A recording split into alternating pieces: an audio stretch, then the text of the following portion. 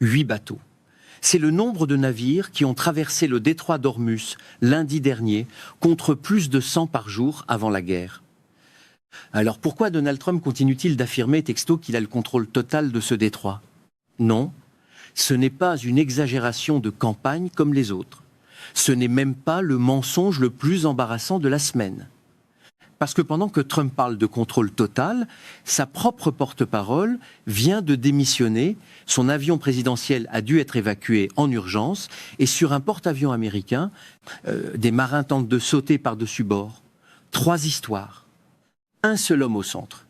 Et je vous garantis que la troisième, celle des marins, vous ne l'oublierez pas de sitôt. Ce n'est pas seulement une histoire de sécurité présidentielle qui a mal tourné un mardi. C'est un problème de structure qui Trump protège, qu'il sacrifie, et où va réellement l'argent de votre armée pendant que ses ministres regardent ailleurs. Je vais vous montrer ça en 3 temps. D'abord, la fuite, celle du président, dans un camion de catering. Ensuite, ce que cette fuite a fait exploser au grand jour, ce qui compte vraiment dans son entourage. Et enfin, pendant que tout ça se joue à la Maison-Blanche, ce qui se passe littéralement sur l'eau, sur un porte-avions américain, où des jeunes de 20 ans n'ont plus de quoi manger. Restez jusqu'au bout. Parce que le chiffre du déficit budgétaire que je vais vous montrer, à la fin, va vous couper le souffle. Un dernier point avant de commencer, parce qu'il compte. Tout ce que je vais vous présenter est documenté par des reportages nommés, des chiffres officiels du Trésor américain ou des propos publics d'élus. Là où c'est une allégation, je vous le dis clairement. Revenons à ce mardi, Trump quitte un sommet de l'OTAN à Ankara. Et là, selon plusieurs médias américains, dont le Daily Beast et Mediaite, qui citent des sources internes à l'entourage présidentiel, la menace jugée sérieuse par les services de renseignement pousse l'équipe à improviser une extraction. Air Force One, l'avion présidentiel officiel, reste au sol. Trump, lui, disparaît dans un camion de catering pour rejoindre discrètement un avion militaire de remplacement, un 42A. Jusque-là, on pourrait se dire que c'est de la prudence légitime. Un président reçoit des menaces, on protège le président, rien de scandaleux en soi. Sauf que, voilà le détail qu'on ne vous a pas dit tout de suite. Qui est monté dans ce camion avec lui? Pas le secrétaire d'État, Marco Rubio, pas le secrétaire au Trésor, Scott Bessent, pas Stephen Miller, l'un de ses conseillers les plus proches sur le plan idéologique. Ces 3-là sont restés sur l'avion officiel, celui-là même visé par la menace. Qui eut le siège à côté de Trump dans la fuite? Nathalie Harpe, 35 ans, une aide connue dans les couloirs de la Maison-Blanche sous un surnom qui, à lui seul, raconte toute l'histoire, l'imprimante humaine, parce qu'elle trimballe une imprimante portable pour lui remettre des articles plutôt que de le laisser lire sur un écran. Et voilà où ça devient intéressant, parce que ce choix-là, c'est pas un choix de sécurité, c'est un choix de proximité personnelle. Selon le Daily Mail, des sources internes affirment que Nathalie Harpe était littéralement son premier choix pour cette évacuation, pas le chef de la diplomatie américaine. Elle... Attendez. Parce qu'au même moment, un autre nom disparaît du paysage. Vous vous souvenez de Caroline Leavitt, la porte-parole de la Maison-Blanche? Elle était sur l'avion officiel, celui laissé derrière. Le lendemain, elle annonce son départ. Officiellement, selon CNN et CNBC, pour des raisons familiales, après la naissance de son 2e enfant en mai. Une explication qui tient parfaitement debout à elle seule, et il faut lui reconnaître ça, honnêtement. Mais dans le contexte de cette semaine précise, le timing suspect, lui, ne trompe personne. Bon, à ce stade, on pourrait se dire que c'est réglé, que c'est une coïncidence de calendrier, une jeune mère qui choisit sa famille, sauf que non, regardez ce qu'elle a posté en partant. Une photo d'adieu censée montrer son passage à la Maison-Blanche. Et cette photo, selon plusieurs internautes qui l'ont analysée pixel par pixel, présente toutes les signatures visuelles d'une image générée par intelligence artificielle. La dernière image officielle d'une porte-parole présidentielle, probablement fabriquée par un algorithme. Ça résume assez bien tout un régime où même les adieux ne sont plus tout à fait réels. Et c'est même pas le plus gros morceau de cette histoire. Parce que pendant que Leavitt s'en va, les élus démocrates de la commission de surveillance de la Chambre, eux, se frottent les mains. Le représentant Jamie Raskin, membre influent de la commission judiciaire, a fait savoir qu'il attendait ce moment avec impatience. Le représentant Robert Garcia à la commission de surveillance a tenu le même discours. Les investigations arrivent et elles ne concernent pas que le voyage à Ankara. Voilà le premier fil de cette histoire qui se referme sur lui-même. Un président qui choisit son imprimante humaine plutôt que son secrétaire d'État au moment où sa vie est censée être en danger, et une porte-parole qui s'évapore le lendemain derrière une photo qui n'existe, peut être même pas.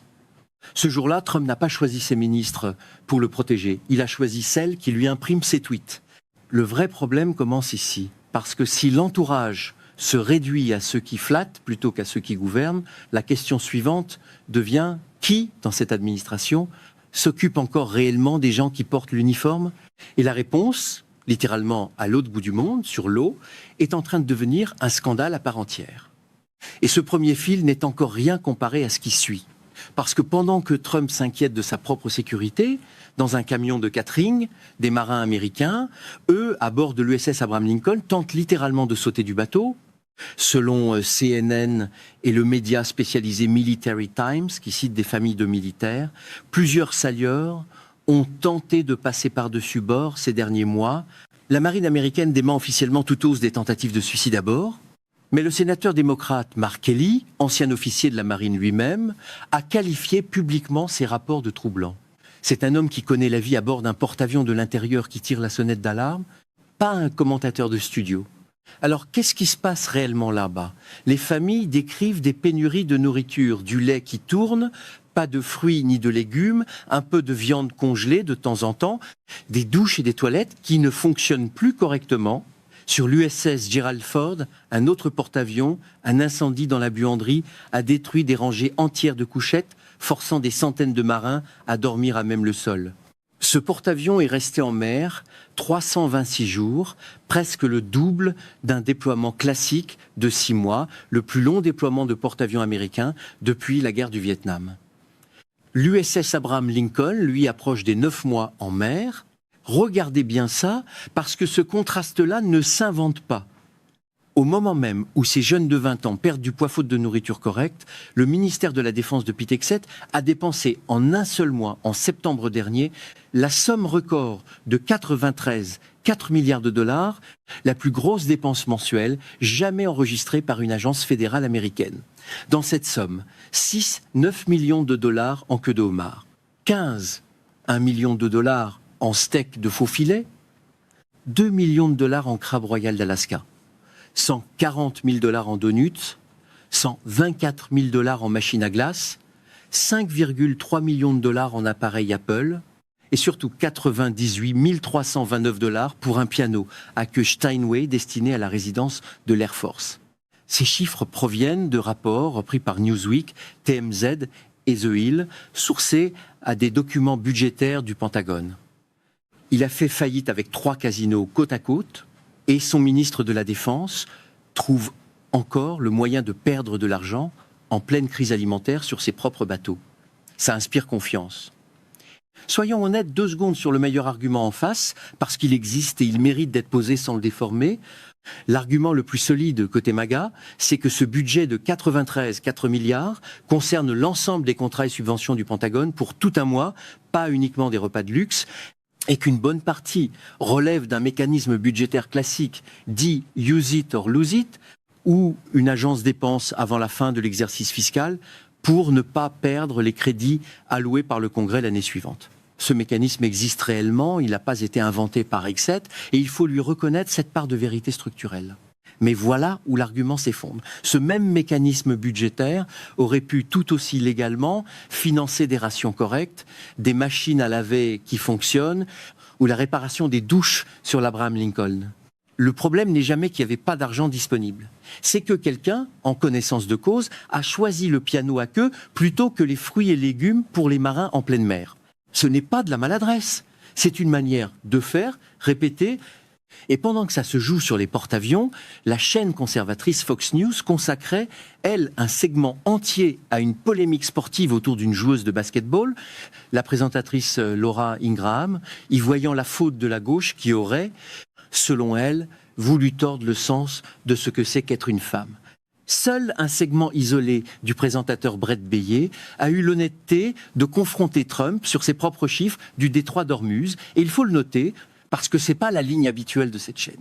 Vous avez remarqué comme ce genre de détail, les marins qui manquent de lait disparaissent toujours avant d'arriver au gros titre du soir. Ce n'est pas un oubli éditorial, c'est un choix répété assez souvent pour ne plus être accidentel. Et c'est même pas le plus gros morceau de l'histoire, parce que le gouverneur de l'Illinois, J.B. Pritzker, interrogé directement par le journaliste Aaron Parn sur l'aptitude de Trump à commander les forces armées dans ce contexte, a répondu sans détour que selon lui, il s'agit d'une personne qui traverse manifestement des difficultés de santé mentale, quelqu'un qui ne peut apparemment plus tenir debout longtemps derrière un pupitre et qui se vante d'avoir réussi un test de dépistage de la démence comme s'il s'agissait d'un test de QI. C'est une opinion politique d'un adversaire déclaré, pas un diagnostic médical établi, et il faut le présenter exactement comme ça. Ce que Pritzker avance, c'est une allégation politique, pas un fait clinique, mais elle a le mérite de poser la vraie question. Qui concrètement gère les urgences pendant que le sommet de la chaîne de commandement s'occupe de sa propre image? Ce sentiment que vous aviez, que quelque chose clochait dans la manière dont cette administration priorise ses urgences, il était juste. Et voilà le tableau qui s'élargit encore, parce que le porte-avions et le piano à queue ne sont que la partie visible. Le sénateur de Géorgie, Jon Ossoff, a résumé la situation avec une phrase qui mérite d'être répétée telle quelle. Cette guerre entière repose sur des mensonges. L'année dernière, on nous a dit que la menace nucléaire iranienne était anéantie. Cette année, on nous a dit qu'une menace nucléaire imminente venait de réapparaître. Les deux fois, des mensonges. Au 4e jour de cette guerre, Trump avait déclaré la victoire. Des mois plus tard, Exet affirmait que tous les objectifs étaient atteints. La guerre continue. L'Iran a toujours son uranium. Le détroit d'Ormuz reste fermé aux 3/4. C'est un fiasco complet, une défaillance catastrophique du commandant-chef en personne et de toute son équipe de sécurité nationale. Voilà le rappel du chiffre d'ouverture, 8 bateaux lundi, 14 mardi, contre plus de 100 par jour avant la guerre, selon les données présentées sur Fox News elle-même par Brett Baer. Et pendant ce temps, l'Agence internationale de l'énergie signale un déficit mondial d'approvisionnement en pétrole de 8 millions de barils par jour au 3e trimestre, plus du double de ses précédentes estimations. Le prix moyen de l'essence a été revu à la hausse de 14% sur l'année par l'Agence américaine d'information sur l'énergie. Ce n'est pas une opinion. Ce sont des données d'agences fédérales et internationales. Le problème n'est pas qu'il manque d'argent, c'est qu'ils savent exactement où le mettre, et ce n'est jamais sur vous. Attardez-vous une seconde là, dessus, parce que le reste du tableau budgétaire est encore plus vertigineux. Selon les derniers relevés mensuels du Trésor américain publiés en août 2026 et repris par la journaliste économique Megan Cassella, le gouvernement fédéral a encaissé 334 milliards de dollars en juillet et en a dépensé 760 milliards. Un déficit de 432 milliards de dollars en un seul mois. Depuis le début de l'exercice fiscal, le déficit cumulé atteint 8 billions de dollars, un montant déjà supérieur au déficit total de l'année précédente entière. Sur cette somme, 2 billions de dollars sont partis uniquement dans le paiement des intérêts de la dette publique, qui a atteint 37 billions de dollars sur les 12 derniers mois, un record absolu qui, à ce rythme, dépassera bientôt le budget de la sécurité sociale comme premier poste de dépense fédérale. Pendant ce temps, les recettes de l'impôt sur les sociétés ont chuté de 18%. Il faut savoir aussi ce qui se passe du côté des tarifs douaniers que Trump présente comme sa grande victoire économique. Les entreprises ont augmenté leurs prix quand les tarifs sont entrés en vigueur. Maintenant que certains de ces tarifs sont remboursés par décision judiciaire, ces mêmes entreprises gardent leurs prix élevés tout en empochant le remboursement. Résultat, c'est la première fois que les recettes tarifaires deviennent négatives sur plusieurs mois, tout en laissant les prix à la caisse inchangés pour vous. Les entreprises et les proches de Trump touchent le remboursement. Vous continuez de payer le prix gonflé. On ne prête qu'aux riches et eux, ils en ont bien profité. Et voilà où l'argent aurait pu aller autrement. L'entreprise General Dynamics a reçu un contrat de 530 millions de dollars sans appel d'offres du Pentagone pour ouvrir une usine ultramoderne près de Dallas, censée produire des obus d'artillerie pour l'effort de guerre en Ukraine. Résultat, selon le reportage du Wall Street Journal, des robots qui prennent feu régulièrement, des tapis convoyeurs qui tombent en panne, des chariots autonomes qui se perdent dans l'usine, et littéralement, un feu de benne à ordures sur le site. Cette usine n'a jamais produit un seul obus avant d'être mise à l'arrêt. Un cheval de Troie budgétaire, sauf qu'ici, personne n'a même eu besoin de le faire entrer discrètement. On lui a ouvert la porte, on lui a signé le chèque, et il ne s'est rien passé à l'intérieur. Et le même journal, dans un autre reportage, révèle qu'une brigade blindée américaine s'est fait humilier lors d'un exercice conjoint en Allemagne face à des unités de drones ukrainiennes. Les opérateurs ukrainiens ont détecté les véhicules américains, puis simulé leur destruction avec des drones explosifs et des drones de type FPV, si efficacement que les unités américaines ont dû redémarrer plusieurs fois pendant l'exercice. Dans la vraie vie, il n'y a pas de bouton pour recommencer. C'est au moins le 3e ou 4e exercice de ce genre où l'armée ukrainienne surclasse les forces américaines en simulation, pendant que les réserves stratégiques de pétrole américaines sont tombées sous leur seuil plancher et que les stocks de munitions s'épuisent. Reprenons depuis le début, un chiffre de départ, 8 bateaux dans le détroit d'Ormuz, un jour où l'on nous promet le contrôle total. Ce qui semblait être une simple exagération présidentielle de plus est en réalité le symptôme visible d'un système entier qui s'effondre lentement, sans bruit, comme une grenouille qui ne sent jamais la température monter jusqu'à ce qu'il soit trop tard, un président qui choisit son imprimante humaine plutôt que son secrétaire d'État au moment du danger, une porte-parole qui s'évapore derrière une photo peut être fabriquée par une intelligence artificielle. Des marins qui n'ont plus de lait frais pendant que leur ministre commande un piano à queue. Un déficit de 432 milliards en un seul mois. Une usine d'armement qui prend feu sans jamais produire une seule munition. Et une armée qui perd en simulation face à des drones qu'elle n'a toujours pas appris à affronter. C'est pas un accident de gouvernance, c'est un schéma. Ce qui devrait nous inquiéter, franchement, c'est pas seulement le prix d'un piano à queue Steinway. Et rien ne dit que ça s'arrête là. Pendant que cette question budgétaire et militaire reste sans réponse claire, ce sont des marins de 20 ans en pleine mer qui absorbent le coût réel de ces choix, pendant que les porte-paroles de la Maison-Blanche, ceux qui restent en poste, continuent de répéter que tout est sous contrôle total. Je vous promets une chose. Dès que les commissions démocrates de la Chambre lanceront officiellement leurs investigations sur ce voyage à Ankara et sur les conditions à bord de ces porte-avions, vous le saurez ici en premier, avec les sources exactes, sans filtre. Abonnez-vous à la chaîne pour ne pas rater la suite de cette histoire. Et si cette analyse vous a été utile, un like m'aide vraiment à la faire connaître à plus de monde.